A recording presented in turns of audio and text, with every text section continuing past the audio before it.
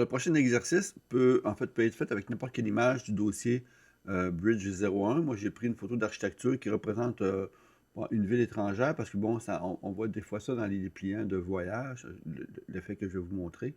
Alors, je vais créer ici un texte que je vais mettre ici. Je vais le taper ici en 150 au départ. Donc, je l'inscris en haut ici, comme ceci, 150. J'appuie Enter. Là, je vais cliquer caractère au centre. Donc, je vais appuyer mon centre ici, comme ça. Et je vais cliquer ici, comme ça. Et je vais taper ici Kuala Lumpur. C'est un petit peu trop gros avec la typo que j'ai choisi. Donc, oups, je vais tout sélectionner. Puis, je vais réduire ici à 130 peut-être, comme ceci. Encore un peu trop gros. 120. Et voilà, je vais avoir un petit peu de part et d'autre de mon image. La couleur du texte n'importe peu. Là, vous allez voir que l'effet est intéressant et que la couleur va être gérée par les styles de calque. Alors, pour commencer, j'ai ma première étape ici et mon texte. Et maintenant, je vais prendre mon image d'arrière-plan. Je vais dupliquer en glissant sur le plus en bas ici. Ça, c'est une des façons, mais j'aurais pu aussi faire bouton droit, dupliquer l'image, en fait, dupliquer le calque sur lui-même. Donc, j'aurais dupliqué le calque, donc j'aurais doublé l'effet, ou je peux très bien aller passer par le menu calque ici et dupliquer le calque. Donc, ça fait la même chose. Ça fait le même résultat avec des chemins différents. Maintenant, première étape est faite. Deuxième étape, c'est de mettre l'élément par-dessus. Et ce que je vais faire, c'est que là, je cache l'image qui est en dessous, qui est pas un calque, qui est un arrière-plan, d'où le cadenas ici. Et je vais faire mon fameux masque d'écrêtage, comme vous le savez maintenant, en pointant mon doigt entre les deux calques et en cliquant. Et je vois la ville comme ça ici. Donc, quand ça c'est fait, maintenant, je verrouille ici cette image-là. Je veux pas parce qu'elle est vis-à-vis l'autre qui est en dessous. Donc, celle-là est déjà verrouillée. Donc maintenant, ça me donne cet effet-là qui n'apparaît pas. Okay? Pourquoi? Parce que c'est la même image qui englobe notre texte. Donc maintenant, je vais pouvoir, avec mon texte ici, aller chercher des effets.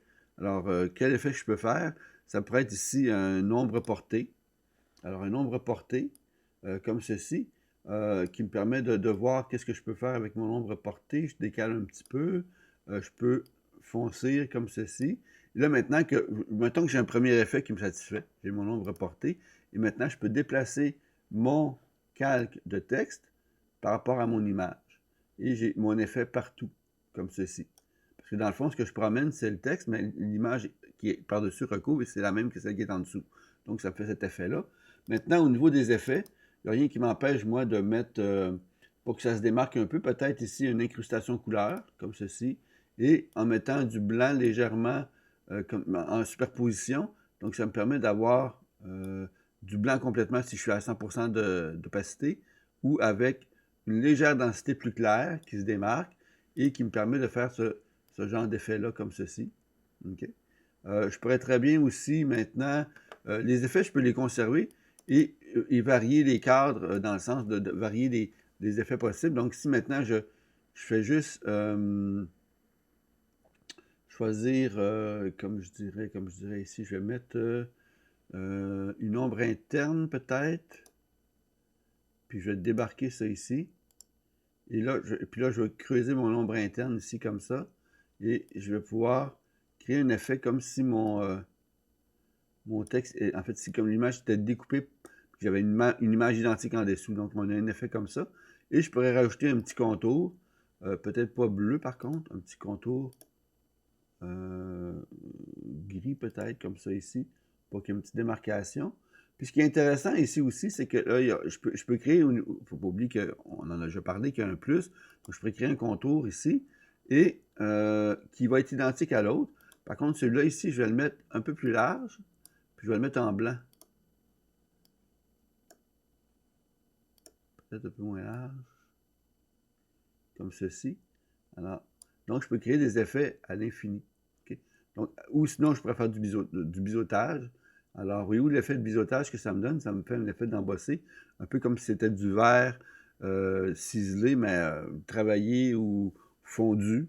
Alors, donc, j'ai un effet intéressant ici. Si je cache mon contour, j'ai mon effet tout de même, avec le contour blanc donne un effet différent. Alors, si maintenant, au niveau du biseautage, je change un petit peu l'axe de lumière, voyez-vous? Alors, tous les effets créatifs que je peux faire de cette façon-là, c'est assez incroyable. Alors, dans le fond, c'est ça que je veux que vous essayiez.